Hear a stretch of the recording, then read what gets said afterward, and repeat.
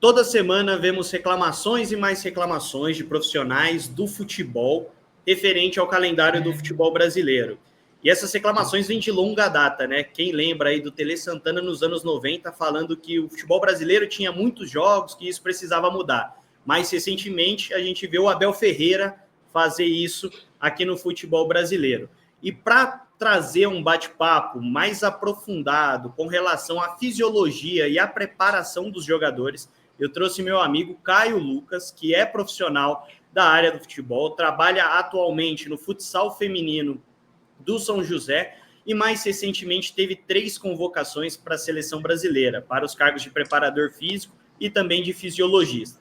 O Caio, para quem não sabe, é natural de Mogi das Cruzes, tem 26 anos, tem formação em educação física, licenciatura e bacharelado e é especialista em fisiologia do exercício e atividade física e saúde. Ambas especializações ele conquistou na Faculdade Federal do Paraná. Seja bem-vindo, Caio, ao nosso bate-papo. Espero que a gente possa conversar e aprofundar mais essa discussão que é muito frequente no nosso futebol. Fala, Vitor. Bom dia, tudo bem? Para mim vai ser um prazer estar falando sobre o assunto que eu amo, que é preparação física, fisiologia, ainda mais conversando aqui com um amigo, estudou comigo, para quem não sabe. A gente vai estar aqui podendo trocar um papo sobre um assunto que a gente falava desde a época de escola, que é futebol. E é engraçado, né, Caio? Porque na época de escola a gente já falava muito sobre futebol e no final eu acabei me formando em jornalismo e, claro, quero me especializar cada vez mais nessa área do esporte, trabalhar com futebol e vejo o seu desempenho como preparador físico, trabalhando agora, né, como a gente disse, no futsal feminino do São José e as convocações para a seleção brasileira que premiam essa curta trajetória que você tem no futebol, mas que vai ser muito longa. O futebol, pelo visto, nunca se afastou da gente, né, Vitor? A gente sempre teve ali, mesmo que a gente acabou trabalhando em outros tipos de trabalho, mas sempre pensando em voltar para o futebol. E hoje em dia, graças a Deus, a gente consegue trabalhar com o que a gente ama desde a infância lá. E hoje em dia a gente está podendo até conversar e falar um pouco sobre, mais de forma profissional, sobre o assunto. E por que eu trouxe o Caio aqui? Recentemente, o SofaScore soltou um dado muito curioso, um levantamento dos times que mais jogaram no futebol ao longo do ano de 2024.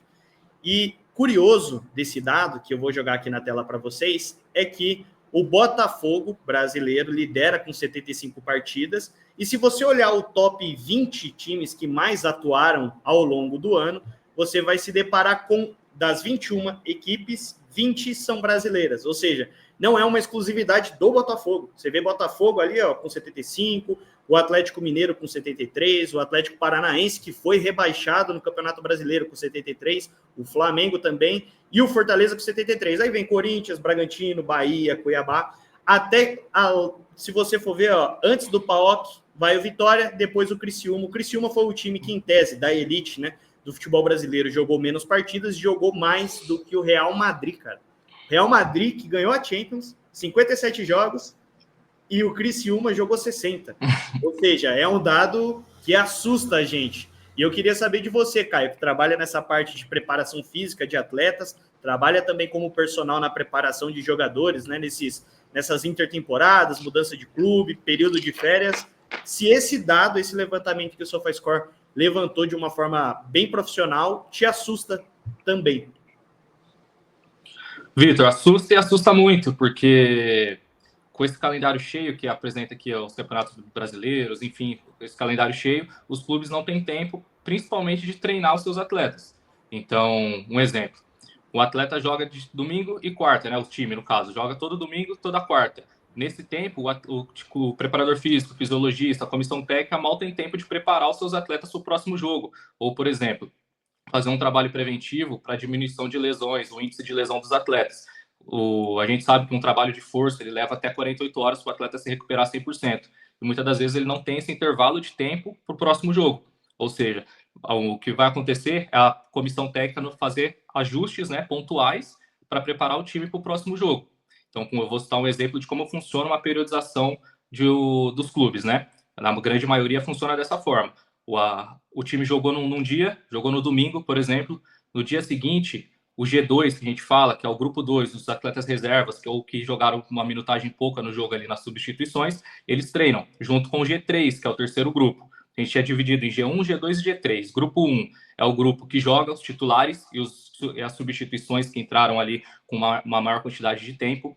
O G2 são o time reserva e os que jogaram pouco tempo.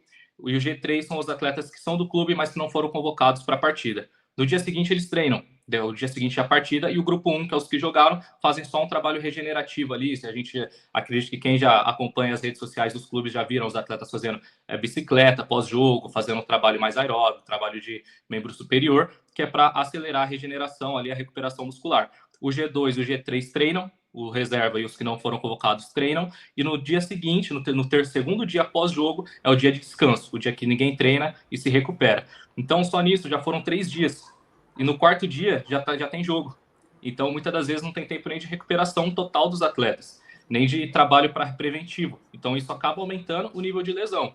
O que vai acontecer muitas das vezes, como eu disse, é a comissão, o preparador físico, o fisiologista, fazer uma ativação muscular para manter os níveis de força que os atletas ganharam durante a pré-temporada e nas janelas de oportunidade, onde pode fazer um trabalho com uma quantidade, uma carga de treinamento, uma carga de força mais alta ali na sala de academia.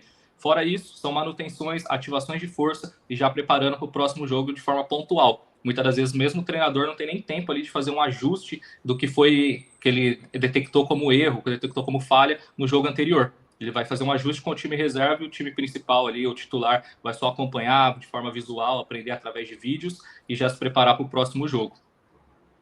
E eu deixei aqui durante mais tempo os dados, porque para o pessoal poder olhar com mais calma. Se você reparar lá naqueles dados, Caio, você vê que o Botafogo, que jogou o Mundial com o Pachuca nem está nessa lista.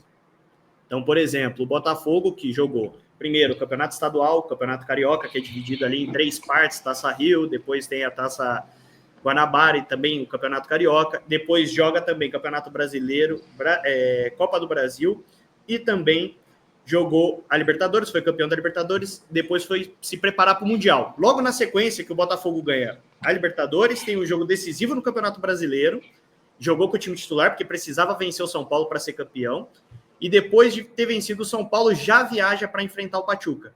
O Botafogo, que é um baita time, a gente viu a qualidade do time, toma 3-0 do Pachuca.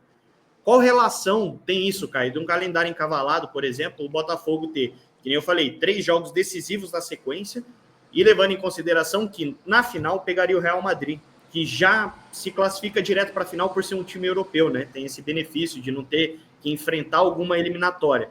Aí o Real, no dado, que nem a gente pôde ver, jogou 57 partidas, enquanto o Botafogo jogou 75. Ou seja, são 18 jogos a mais para um time que, em tese, tem um CT não é do mesmo nível do Real Madrid, que vai ter um elenco mais curto, que não tem o mesmo dinheiro para investir.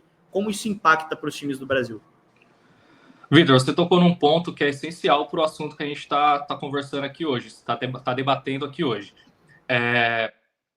O Botafogo ele jogou diversos jogos seguidos e todos esses jogos foram jogos de extrema importância para o clube. Então a pressão aumenta muito. Hoje em dia, todos os jogos já têm uma pressão muito grande devido à mídia que tem sobre o futebol. As divulgações são muito mais rápidas através de redes sociais, então tudo gera uma pressão maior nos atletas. E além disso, foram muitos jogos sequenciais e de importância muito alta, onde o Botafogo tinha que ganhar o jogo.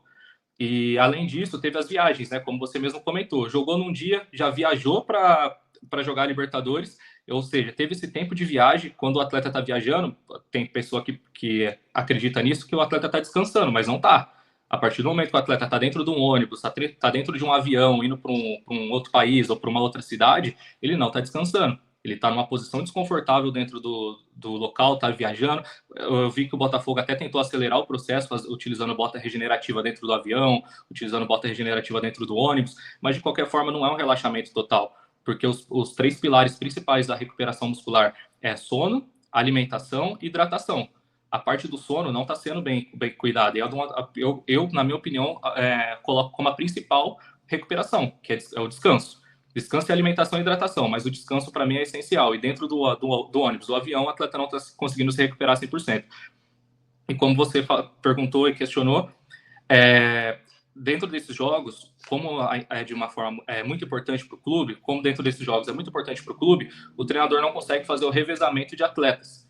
porque pensa pelo lado do treinador. Se ele faz o revezamento do atleta e o time perde, a cobrança vem muito grande para cima dele, para cima do clube. A mídia fala muito sobre, o pessoal que trabalha com jornal, com a mídia, enfim, vai falar muito sobre aquela derrota e vai pesar para cima do treinador. Então ele tem que estar com o melhor plantel dele dentro do campo. E isso acaba exigindo demais dos atletas, porque um atleta hoje em dia de futebol corre uma média de 10 quilômetros por jogo, fora os sprints em alta velocidade, os sprints com uma baixa velocidade, mas que já geram um desgaste muito grande, mudança de campo, pressão psicológica, distanciamento da família, que isso gera muito estresse psicológico para o atleta. Então, tudo isso aumenta muito o índice de lesão e a queda de performance dos atletas. E aí está o resultado. Às vezes, muitos jogos seguidos acabou gerando um resultado negativo dentro da competição. Aí você cita o exemplo do clube que acabou ganhando do Botafogo, do Real Madrid, que eles não têm a mesma quantidade de jogos. Então você imagina o tempo que eles tiveram de preparação para esse jogo, para esse campeonato. Mesmo com o Real Madrid com bastante quantidade de jogos, acredito que eles jogam lá na Europa, eles jogam mais ou menos uma média de um jogo por semana. Então, você tem uma semana para preparar seu time, você tem um tempo de recuperação legal, você tem um tempo para trabalhar a força dos seus atletas, para diminuir o índice de lesão, para preparar na parte tática, na parte técnica ali seus atletas para o jogo. Mas mesmo assim, você pode acompanhar que o Real Madrid teve bastante lesão esse ano, principalmente de LCA. Então, LCA, para quem não sabe, ligamento cruzado anterior, que é a lesão uma das mais graves aí no futebol, que retira o atleta numa média de 9 a 10 meses do campo. Então, mesmo assim, teve um índice grande de lesão, porque lesão são multifatoriais. A gente não pode colocar apenas um fator e falar que é isso que é predominante na lesão, aí no aumento de lesão no futebol brasileiro, no futebol europeu. Então, voltando ao assunto, o tema do campeonato, os clubes tiveram muito mais tempo de preparo do que o Botafogo, e mesmo assim, você pode ver que refletiu no campo. O Botafogo tentou revezar ainda os atletas, mas às vezes não rendeu o tanto que esperava, a pressão era muito grande, tinha que ganhar títulos, o desgaste era grande de ter jogado, ter viajado, então isso reflete ali na hora da partida, né? No resultado do que você planejou o ano inteiro, isso acaba refletindo ali no não ganho do título, né? E o torcedor, né, que é mais passional, ele olha para o resultado. Basicamente, ele vai olhar ali para o jogo do Botafogo e falar, pô, meu time é muito melhor do que o Pachuca, tomar 3-0 é uma vergonha. E, de fato, a gente não está acostumado a ver times brasileiros perderem nessas rodadas que antecedem, né, no Intercontinental, que é o antigo Mundial da FIFA. No caso, tomou um 3-0 do Pachuca logo na primeira partida. Mas quando você olha o plantel do Botafogo, é melhor do que o do Pachuca. E entrou com um time misto naquela partida. Muita gente até falou, mas o Botafogo tá de salto alto, tá entrando aí, não tá levando a sério a equipe dos caras. Mas é que nem você falou, tem a questão do descanso, tem a questão da regeneração, que daí entra a questão da hidratação, da alimentação, do sono e das viagens. O Botafogo jogou a final da Libertadores na Argentina, voltou para o Rio para enfrentar o São Paulo e depois viajou para o Mundial. E além de tudo isso, aí no final, quando você termina o ano de 2024, você olha e fala, pô, o Botafogo jogou 75 jogos, o Pachuca não jogou nem 60, jogou 15 jogos a menos. Isso sem contar que o Botafogo teve vários jogadores que figuraram na lista da seleção brasileira. Caso do Igor Jesus, do Luiz Henrique. A gente está citando o Botafogo aqui, mas, por exemplo, o Criciúma joga mais que o Real Madrid. Foi o exemplo que a gente deu aqui no início do vídeo. É um absurdo. O Criciúma, um time que joga um catarinense aí no começo, depois disputa o Campeonato Brasileiro, vez ou outra vai jogar ali a Copa do Brasil e, quem sabe, uma Sul-Americana. No caso, não jogou Sul-Americana e Libertadores. Mas é um time que joga poucas competições e ainda assim joga mais que um dos principais times europeus. Jogou mais do que o City, jogou mais do que o Real Madrid. Eu vou colocar o dado aqui de novo na tela para o pessoal poder visualizar. E, Caio, nos encontros, imagino que você participa de muitas conversas com pessoas da sua área, fisiologistas. Esses dias você me disse que foi convidado pelo pessoal do canal Ciência da Bola, que aprofunda nesses temas também, sobre fisiologia, a parte científica do futebol. E eu queria que você falasse um pouco de como as pessoas da sua área, além de você, claro, que está assustado com isso, como os outros profissionais da fisiologia veem esse cenário.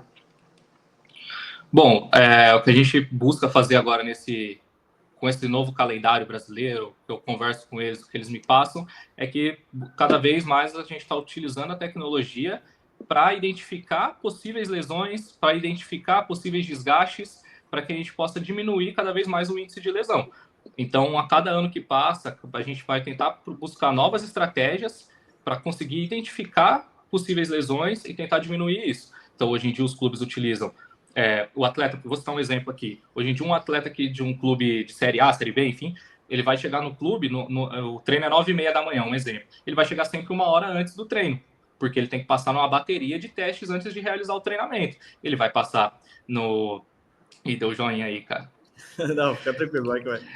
Vamos lá, ele tem que chegar 1 hora antes no clube, porque ele tem que passar numa bateria de exames antes de realizar o treinamento. Ele vai passar nas escalas subjetivas, né, que seriam percepção de estresse, humor, dor, fadiga, sono.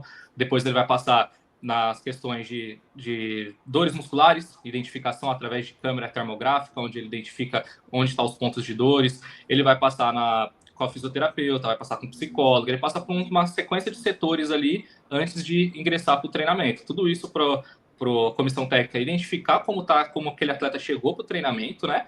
E poder montar o treino principal, poder preparar o treino da melhor forma.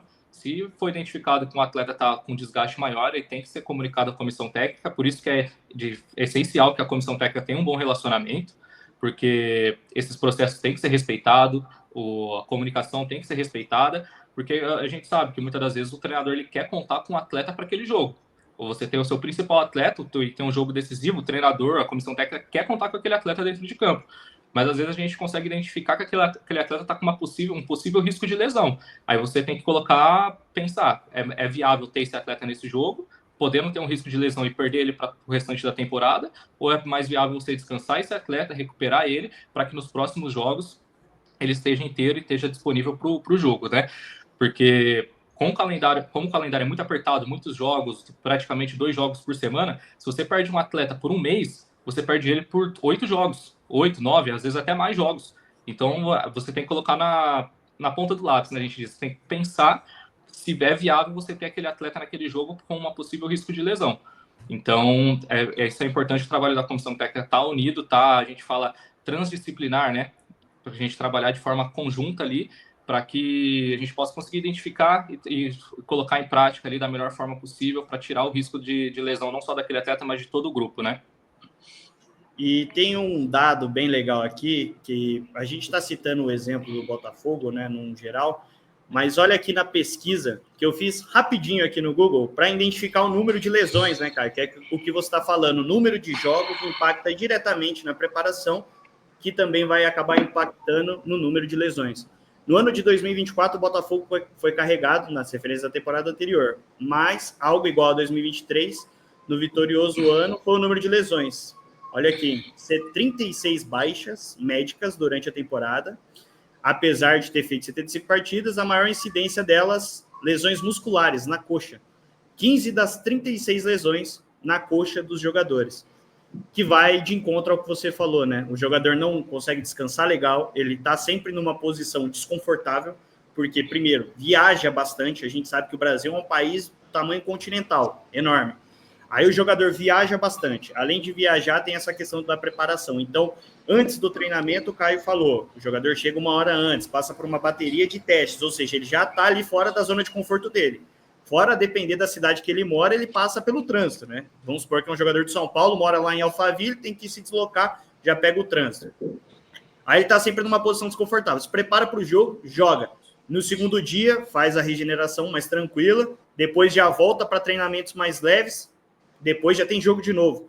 Se tiver que viajar, piorou, porque daí a preparação aqui fica reduzida, essa escala de preparação reduzida, para que ele possa realizar a viagem junto com a delegação. Tem a questão da preparação também psicológica, né, dos jogadores que ficam em concentração antes das partidas. Então a gente vê que o alto volume de jogos acaba atrapalhando principalmente na qualidade dos jogos, né, Caio? Porque se a gente não pode jogar com o time 100%, se eu tenho que revezar os meus atletas, porque, querendo ou não, pelo número de partidas, é uma questão obrigatória. Eu não tenho escolha. Eu tenho que revezar, porque se eu não revezar, eu vou perder o meu melhor jogador, seja o Luiz Henrique, o Almada. Aqui a gente está dando exemplo mais do Botafogo, porque é quem lidera o ranking, mas você pode colocar exemplos de jogadores do São Paulo, que jogaram Copa do Brasil, Libertadores, Paulista e Campeonato Brasileiro.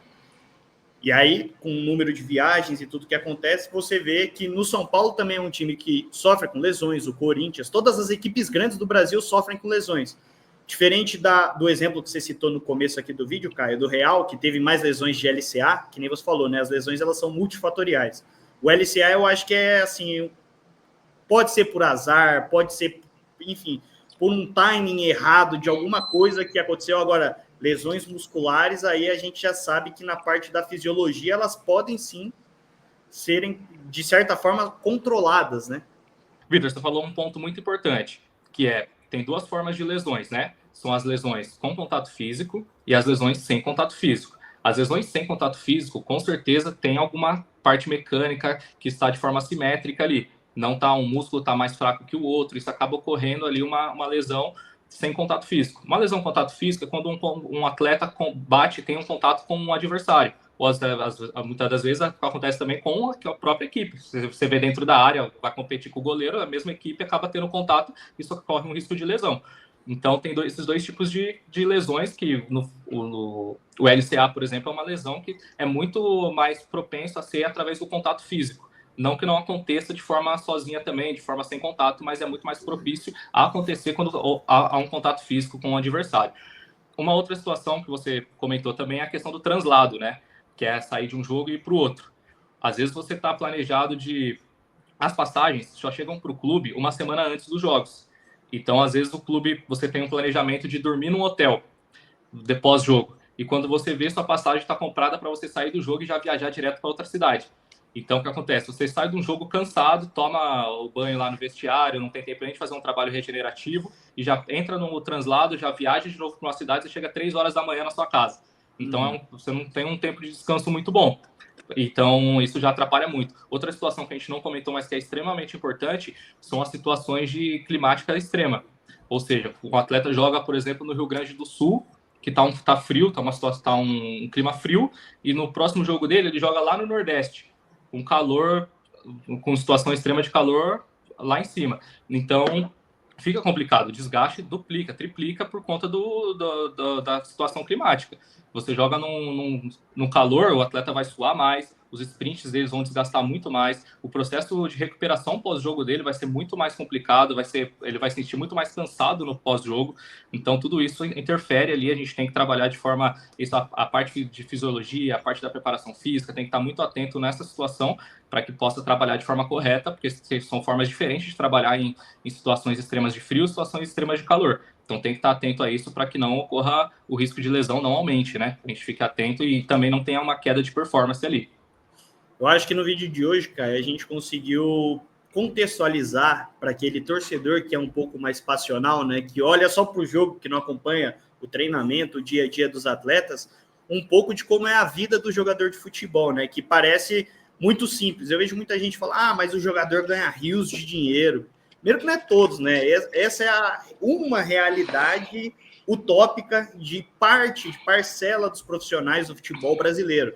E além de todos os profissionais do futebol, os jogadores, treinadores e tudo mais, a gente tem outros profissionais dedicados a essa parte da ciência, da fisiologia, da preparação física, do scout, que também é responsável por analisar o desempenho desses atletas ao longo das partidas. Então, acho que hoje a gente conseguiu destrinchar e mostrar um pouco, de uma forma um pouco mais aprofundada para a pessoa que gosta de futebol, mas que às vezes não tem a oportunidade de ter esse tipo de conversa com alguém, porque, enfim, não tem a oportunidade de fato. A gente conseguiu mostrar e exemplificar para as pessoas de como é complexa essa parte e de como o calendário brasileiro precisa mudar, né? Sim, com certeza. O atleta, ele ganha bastante dinheiro, como você disse, é 1% dos jogadores de futebol, né? São só ali jogadores de Série A, Série B. A partir da Série C ali vai ter um ou outro que ganha um dinheiro legal, o restante ganha bem abaixo do que a gente acredita que um jogador de futebol ganha, né? Mas nem tudo é dinheiro, cara. O atleta, ele trabalha muito. E os atletas não são robôs, não são máquinas. Então, eles lidam com dores extremas, as dores musculares deles são muito altas, então eles têm que ter esse processo que eu disse, né? Eles chegam no clube, eles fazem todo o tratamento, vê como está a recuperação deles, faz a coletagem de CK, que é aquele que coleta o sangue do atleta, tudo isso para que ele possa performar. Só que nem tudo é assim, igual eu falei, tem a pressão psicológica, a parte psicológica, o atleta está longe da família, acontece alguma coisa, um exemplo, um atleta que tem uma filha, a filha está doente, a filha está com algum problema e ele está em outra cidade jogando. Tudo isso atrapalha o psicológico do atleta, tem uma queda de performance, por isso é importante ter uma psicóloga no clube, ter um fisiologista acompanhando como está a parte fisiológica do atleta. Tudo isso tem que estar interligado, tem que estar em comunicação para que o atleta pense só no jogo. Porém, como você mesmo comentou, tudo isso é multifatorial. O atleta, ele sempre tenta dar o seu máximo, mas nem sempre isso é possível. Tem dia que as coisas não acontecem, vai ter dia que a dor vai estar muito alta, ele não vai conseguir render. Então, a gente tem que ter esse olhar mais profissional para o atleta, parar com esse olhar de torcedor, de o atleta tem que jogar, ele recebe para isso. Cara, com certeza, ele tem que jogar, é o trabalho dele. Porém, muitas das vezes é difícil também a situação do atleta, a gente tem que se colocar no lugar dele. Então, a gente tem que olhar, como comentei, com esse olhar mais profissional, entender como funciona todo o redor do esporte. Não é só entrar em campo e jogar bola, tem todo um contexto, tem toda essa preparação. Ele sai de um jogo, ele vai para outro, ele sai de uma situação de extrema de frio, vai para uma situação extrema de calor, ele tem que render, ele está com aquela pressão de que tem que ganhar o jogo, senão tem outro jogador querendo entrar no lugar dele, senão o clube já está vendo uma outra contratação para a posição dele. Então tem todo esse pressão psicológica no atleta, e isso dificulta muito a performance dele. Aulas. Hoje, Caio, foi muito bom ter essa troca com você. Como a gente citou no começo do vídeo, né? A gente é fã de futebol, gosta muito do esporte, acompanha bastante e acho que é sempre importante dar visibilidade para essas outras áreas que compõem o futebol, porque por vezes a gente olha muito o jogo, mas não olha o jogo é o resultado final, né? É o espetáculo final, mas não olha o que está por trás do jogo, de toda essa preparação que você pôde citar aqui hoje e ensinar para o pessoal que não faz parte da fisiologia ou que de alguma forma pode estar estudando para entrar nessa área, ingressar, que talvez se interesse em trabalhar com futebol também, de uma forma bem legal e explicativa. Obrigado pela participação hoje, espero poder contar com a sua presença aqui mais vezes, que você tenha sentido uma boa recepção, diferente da torcida, né? Que normalmente recepciona os caras numa baita de uma pressão. Mas espero que você tenha gostado do nosso encontro hoje, desse bate-papo.